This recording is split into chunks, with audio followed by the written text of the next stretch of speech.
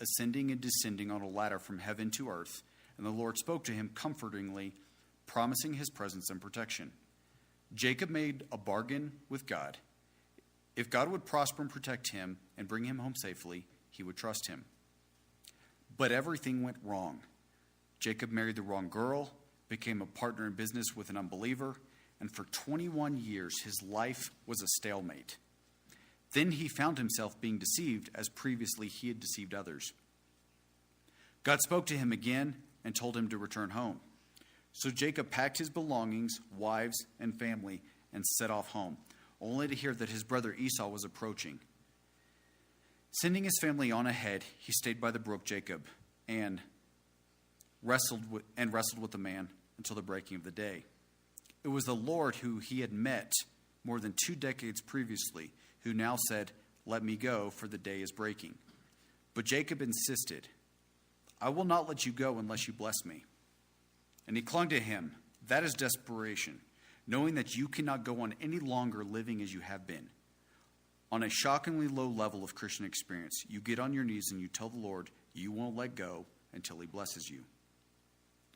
Do you recall what the Lord asked Jacob in Genesis 32:27? "What is your name?" As if he didn't know. Of course he knew.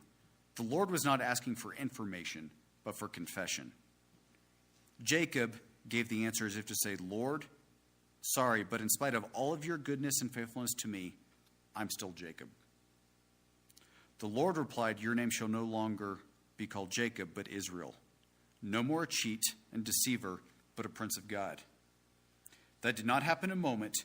The transformation process took many years from that time on. The Jacob life began to die out, and the Israel life began to emerge. Tell me, what is your name?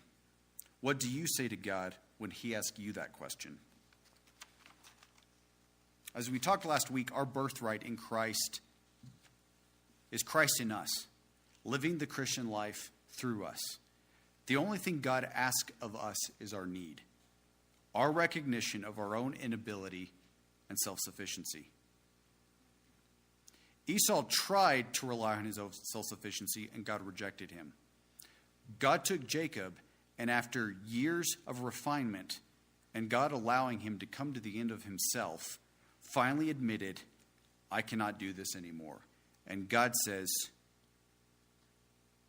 "Now you're Israel. Now I can use you." It's a similar lesson we see in what Peter went through. And when you look at John chapter 21, Peter finally coming to the end of himself and realizing, despite all of his attempts to prove he's the best disciple,